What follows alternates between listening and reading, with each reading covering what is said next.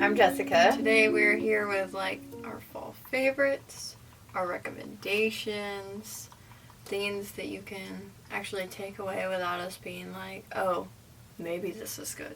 Yeah, we like know. Our last video. We know these things. We are know. And if you disagree, you're wrong.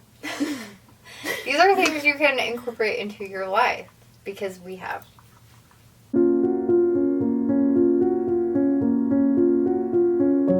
They're all like general fall, not quite spooky Halloween yet. We'll do that next month. Actually, next month, September. We'll do that. Sure, we'll do that in September. Yeah. But this is like August, September, November. Get you in the fall mood. That one day of November where you celebrate fall, Thanksgiving, and the rest is all Christmas. It's for those days. Okay. So, well, you say one and I'll give some opinions. Okay. First and foremost, we have Dan in Real Life starring Steve Carell. Sidebar, the soundtrack to this movie So is also a fall vibe. You could turn it on, go about your little fall day, have it playing in the background. The vibes are immaculate. It's like so relatable for family dynamics. Yes. It's so funny, and it makes you feel almost comforted by the fact that your family is probably messed up because theirs is too, and that's okay. Yeah. They still love each other. This just follows Steve Carell is a widower and he has 3 daughters, and he's going to like his family's cabin. I think they live like, I thought it was like Rhode Island. yeah, some remote location, but they have like kind of a family reunion every year, and they go to this cabin and they all stay in it, and just like the family dynamics that unfold, his relationship with his daughters is so funny.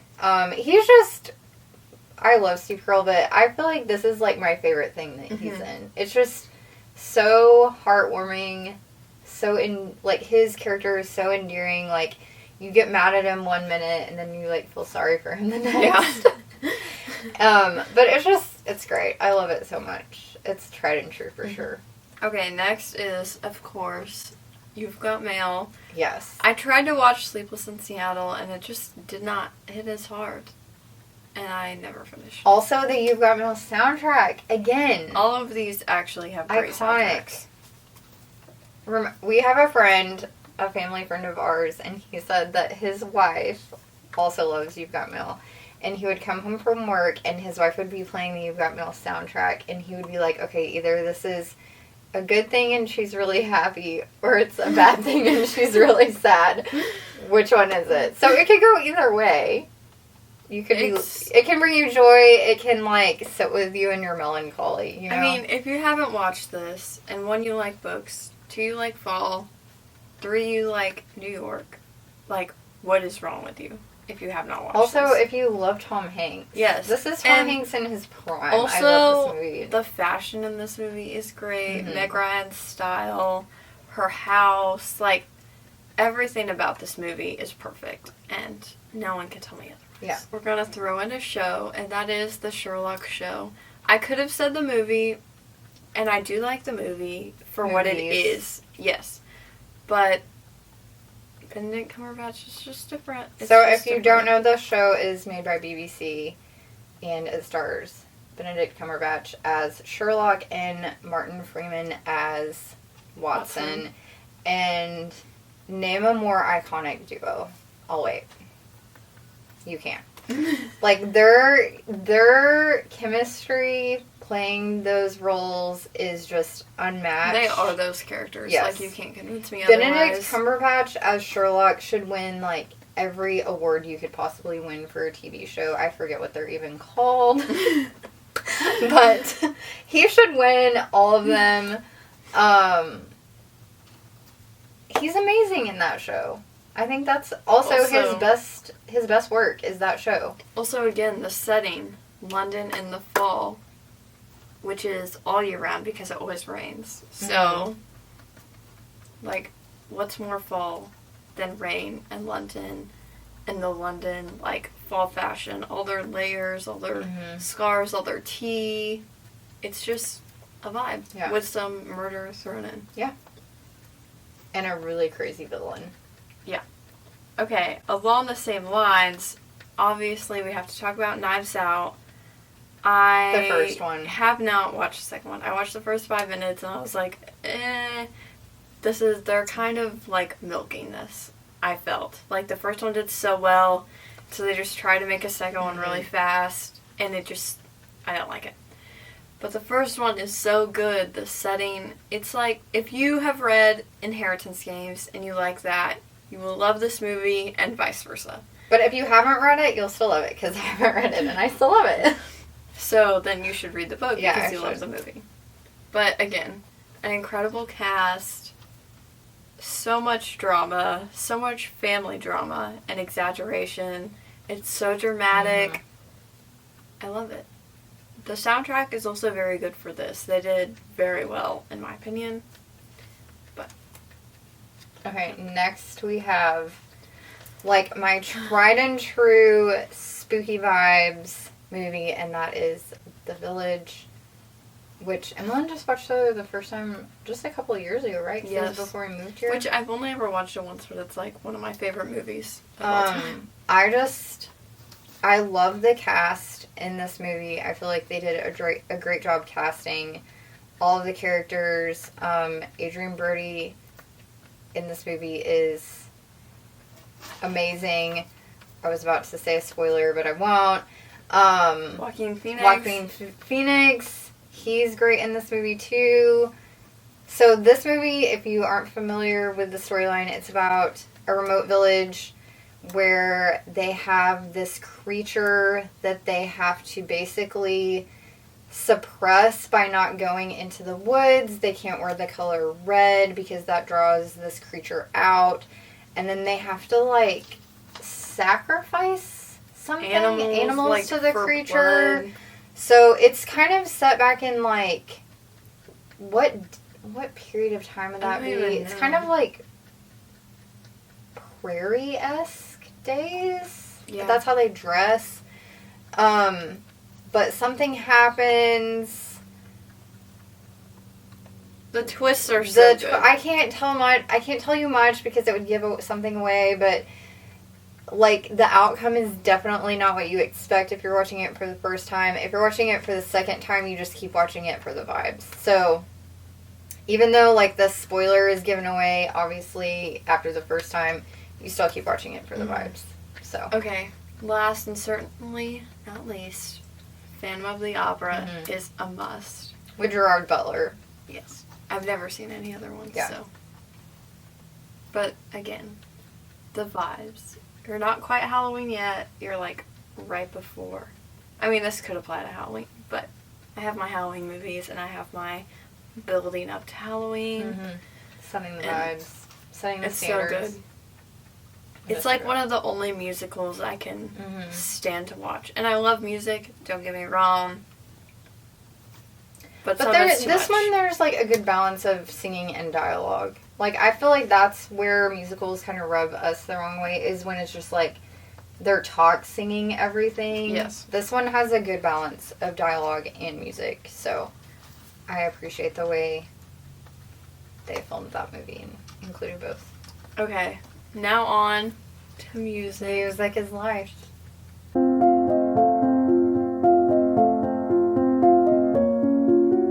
We have so many things we could say for this portion. We had to like rein ourselves in.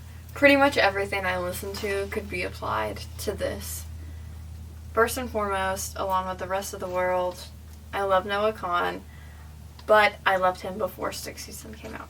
And I'm very proud of this fact. I didn't learn about him on TikTok. No shame if you did.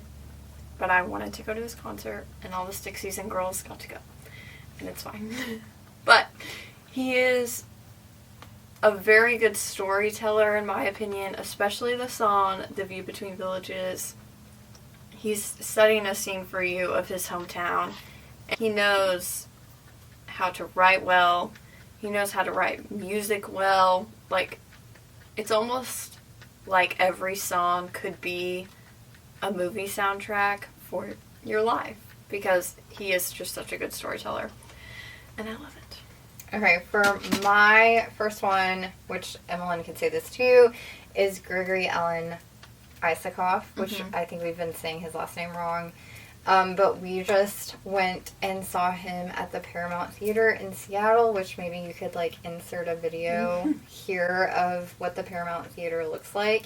But talk about Phantom of the Opera vibes. The inside of this theater was gorgeous, which only added to the vibes of his concert. But Gregory Alan Isakov is definitely a kind of folk storytelling vibe.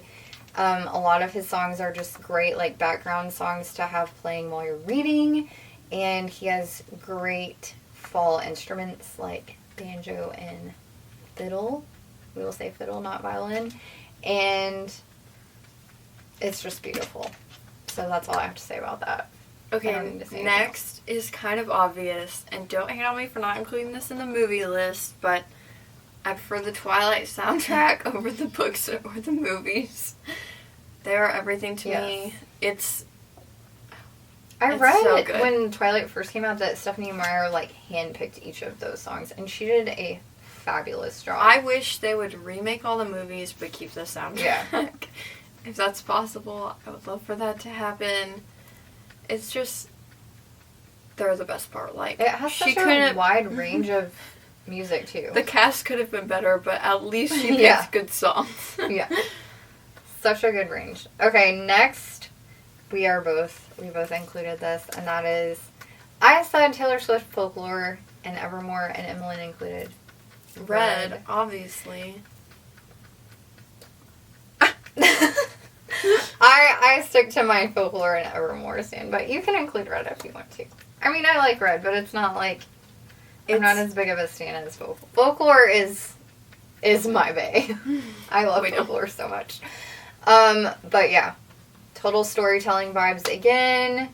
Great fall aesthetic. Taylor Swift. What more do you need? If you say you hate Taylor Swift, but you haven't listened to the fictional love triangle that is within Folklore, and you like to read, and you can't appreciate fictional people into song form, then you're just a hater because you want to be. You can't tell me it's not incredible. Okay.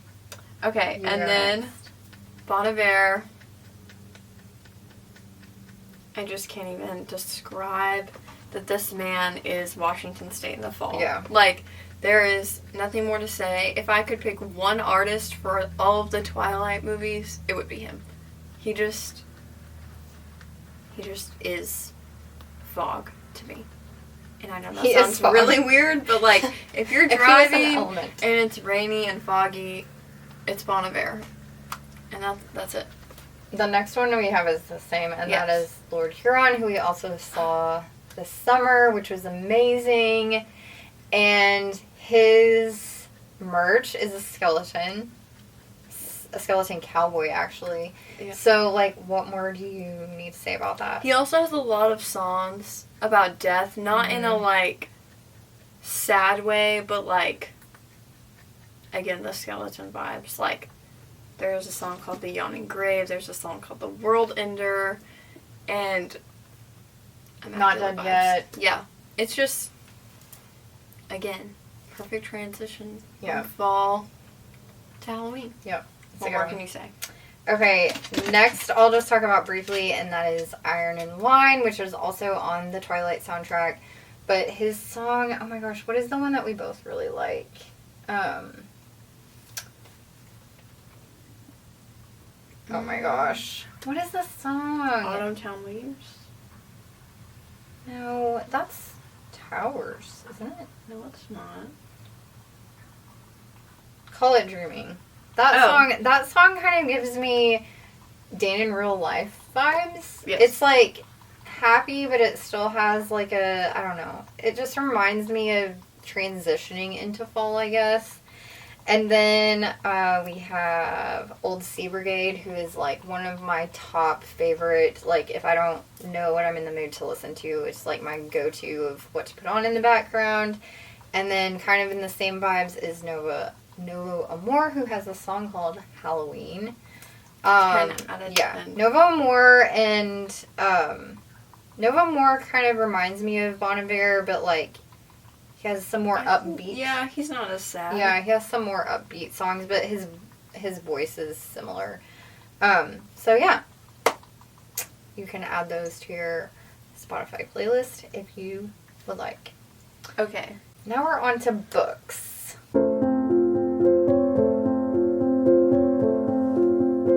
Okay, I have a lot of digital books, which is unfortunate because these are all like my favorite books, and why do I not own my favorite books? Well, some of them you got as art digitally. Yeah, so. but like, why didn't I buy them if I love them so much? And I want everyone else to read them. I just don't understand.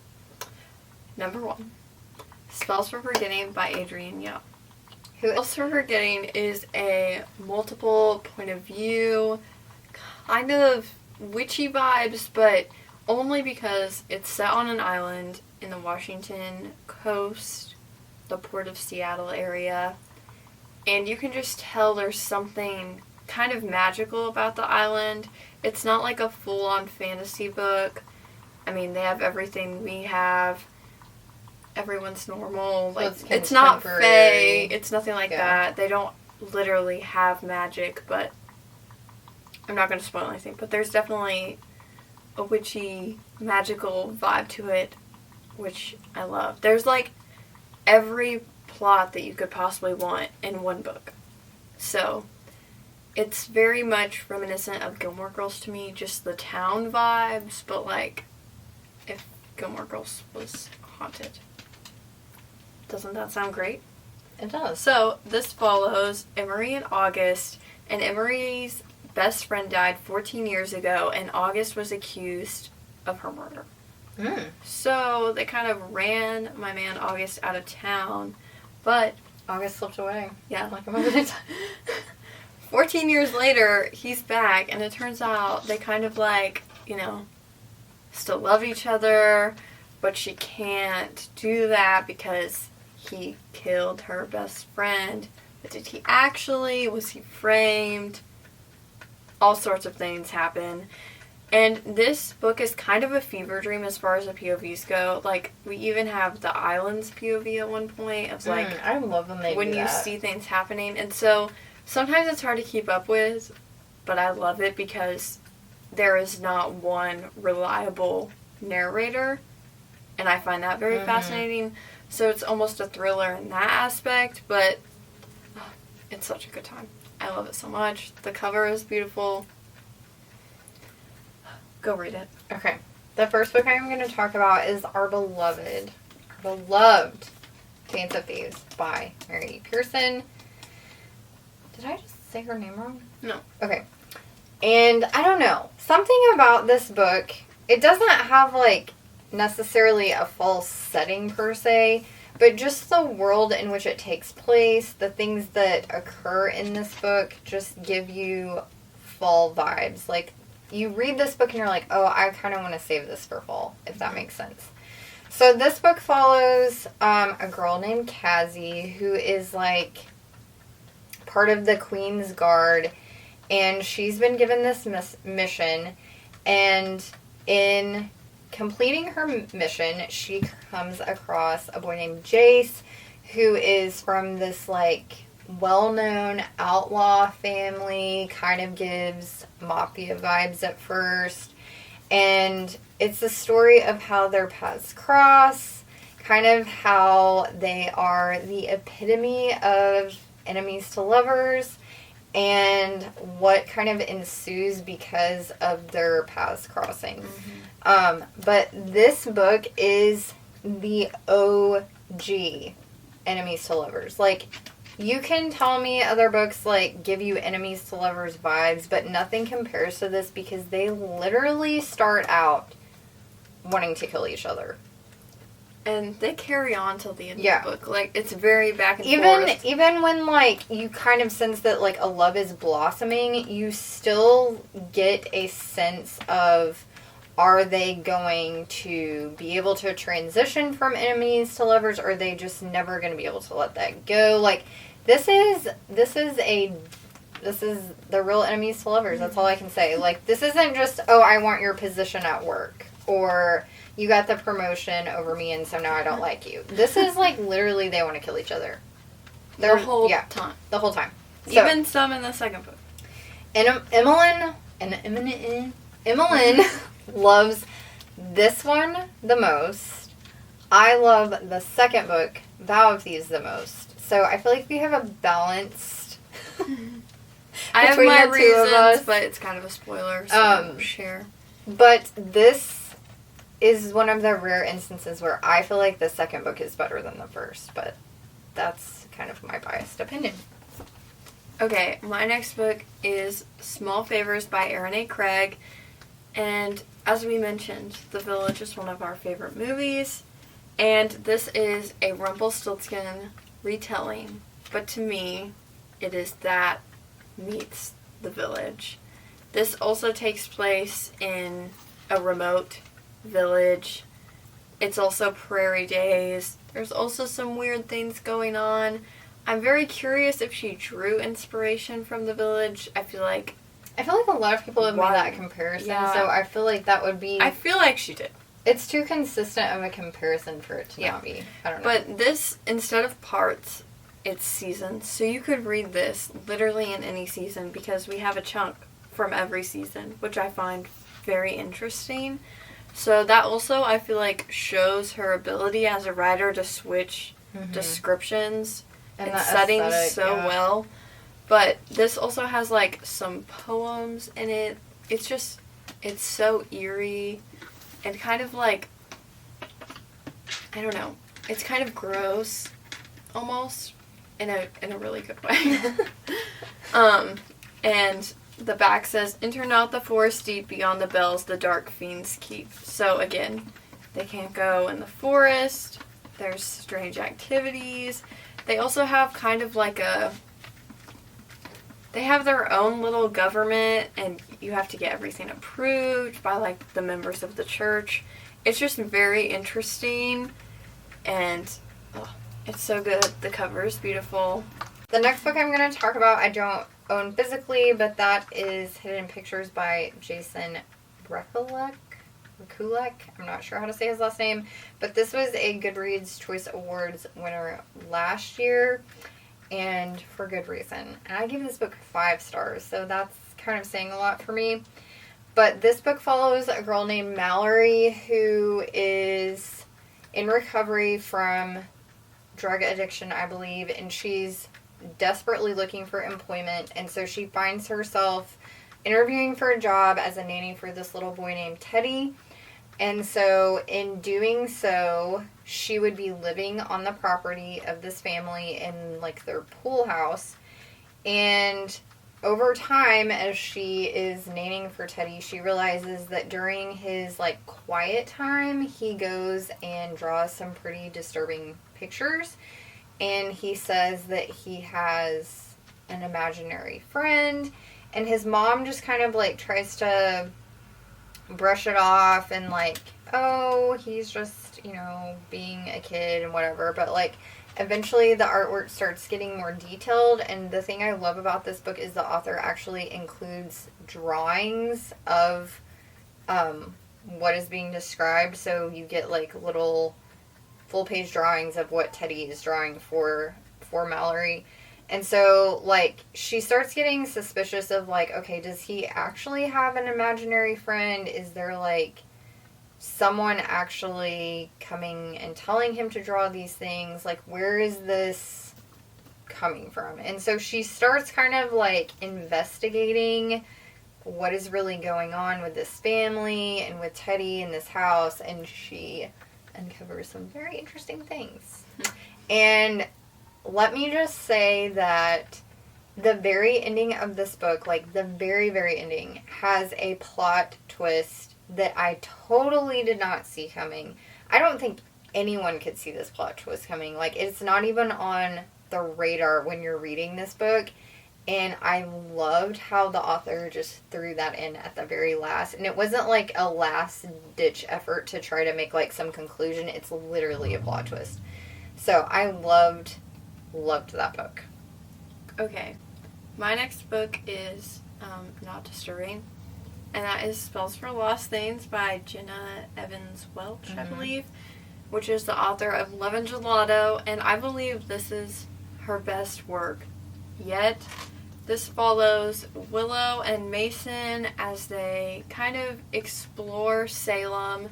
They're unexpected friends. Mason is known as a runaway. He's moved from house to house in foster care.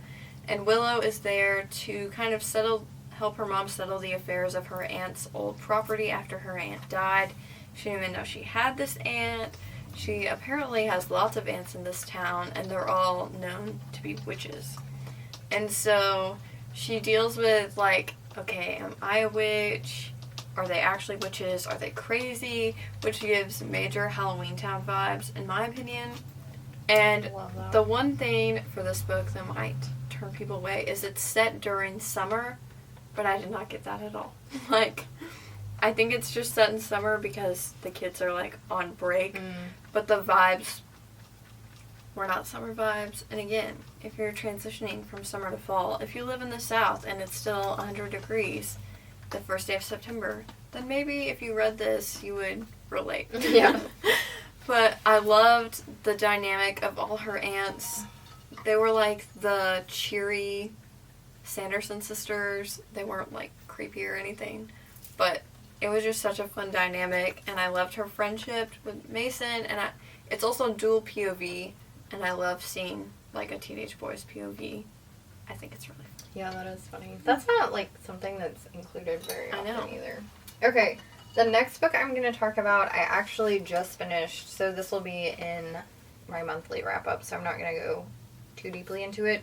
But this is The Beautiful, which is a series by Renee. How do you say her name? I don't know. Audie, I'm guessing. I don't know. I'm sorry if that's wrong. But this is set in the 1800s in New Orleans, and this follows a girl named Celine who was a dressmaker in Paris, and she had something shady happen to her, and so she's trying to escape that shady situation by coming to New Orleans, and basically she has no family, no one to come to, so she decides that she's going to live in this convent that kind of, like, takes in girls who don't have families or jobs and gives them a job. And so she is living at this convent. There's a lot of found family aspects because all of these girls have no family, so all they have is each other. There are some murders that start occurring, and it seems like there's a serial killer on the loose who kills people by draining their bodies of blood from their necks. So I'll let you make an assumption there. You can put the pieces together. Yeah, this book is slow, but it's like the kind of slow that I didn't mind because the aesthetic was so great. So if you're looking for kind of like a slow burn fantasy thriller, there is a slow burn romance for sure. Just the vibes of this book are great. If you love a vampire story, maybe check this one out. And I will be continuing the series in the fall. Okay. Now. My next book is Anatomy of Love Story by Dana Schwartz, I believe is how you say her last name. And this follows Hazel, who is, I'd say probably early 20s is my guess. And this takes place in the Victorian time period. And she decides she wants to be a doctor. She's been obsessed with medical history and facts and anatomy her whole life. But of course in that time period it was near impossible for a woman to be a doctor. And so she seeks out one of the professors of a class to get your license because it was that easy, which is terrifying back then. And he's like, I can't have you in class, but if you study on your own, you can take the test. If you find a way to do it. And if you pass, you pass. So she befriends this guy who is a grave digger. He digs up bodies for classes like these to perform on, so he starts bringing her bodies to practice on. Well, then she comes to find out that all these people are mysteriously dying from these sicknesses, and their organs are kind of missing. Oh. And we wonder why. Are they mysteriously dying? Are they being killed? So not only is she gonna save some people, she's gonna put some people in jail. Because why do one when you can do both? Mm-hmm. And the vibes of this are obviously amazing because it mostly takes place in the middle of the night. Foggy graveyard vibes. 10 out of 10. I think this is only a duology if there's a third book coming out. I didn't know that, and I'm excited. But I loved both of these books, and I definitely recommend them. Okay, this book I literally just finished last night, but I will say, a new favorite author in reading this book, and that is The Lost Melody by Joanna Davidson Politano. I will literally go and find everything she's ever written now. I love this book so much, and this book is perfect for fall because it mainly takes place in an asylum. So this book follows a young girl named Vivian who is a concert pianist. And her whole life has been spent trying to like become a better piano performer, and her father was really abusive in like marketing her as a piano player. In her tutelage of the piano, he was her piano tutor. And so her whole life has just been kind of like, she's been emotionally abused by her father in the pursuit of perfection as a piano player. And then very suddenly he passes away, and she finds herself like now needing to take over their they have like a store where they restore old pianos, but also in like the reading of his will, she finds out that he has a ward that is living at this asylum, and she's never heard him talk about her before, never knew anything about this ward before.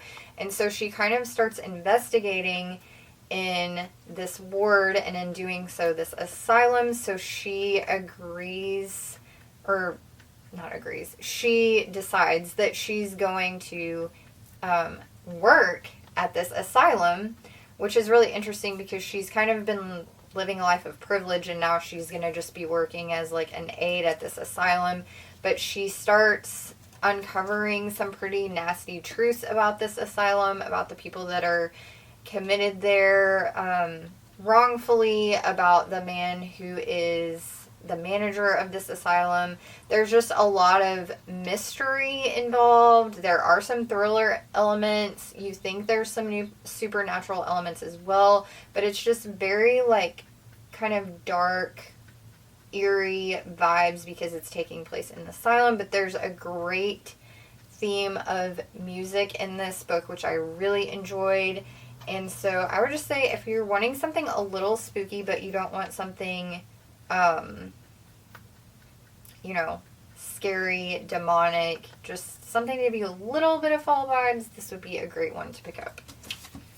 Okay, my last book is The Maidens by Alex Michaelides. Yes. Mm-hmm. And this follows Edward, who is a Greek professor at Cambridge. And he's adored by all of his students, but especially the all-female secret society, the Maidens. And obviously there is something very suspicious about that. And we follow primarily Mariana, who is a group therapist, and she's just completely convinced that Edward is a murderer. So we have two very different things going on. And she just becomes suspicious of him, believes him to be a murderer, and she decides she wants to prove herself right. And that's what we follow. And that's all I'm going to tell you because it's a fever dream of a book. But it's a great dark academia vibe. I think it's a little more predictable than The Silent Patient for sure. But the school setting is great. It's so There's a lot of good. Greek mythology elements in it as well, so that makes it even more intriguing to me. I love everything he's written. Can't wait for his new book. When does it come out? I have no idea. But I know it's on the radar. Okay, the last book I'm going to talk about is one of my favorite books of all time, and that is The Last House on Needless Street by Catriona Ward. I'm not even going to give a synopsis of this book. I'm just going to say this will be unlike anything you've ever read in your entire life. It is so unique, so crazy. And this snippet on the back says, this book was like an onion, layer after layer after layer, and then you're crying and somebody's got a knife. A brutal, twisty puzzle box of a book. I stayed up way past my bedtime, and I feel like that summarizes it perfectly. You're just peeling back slowly the layers of this book. You're uncovering more and more things that you did not see coming, and it stays that way up until the very end. So, if you've seen anyone talk about this book and you're like, I don't know, I'm telling you, please read this book and stick through to the end. Like, it's a little confusing, but it's so worth it in the end. And it's supposed to be confusing. Yes. It's not like a poor It's run. a slow reveal. For sure. Okay, those are all our fall favorites and recommendations. Yes. We hope you enjoyed this video. We hope you got something from this video. Some inspiration. Let us know if there's anything that you also like. Let us know if there's something that you don't like. Tell me why. Yeah. Let us know if there's something we should add to this list. For ourselves. Yeah. Or our TBR. Yeah. Our TBR is always growing. Okay. We'll see you guys next time. Bye-bye.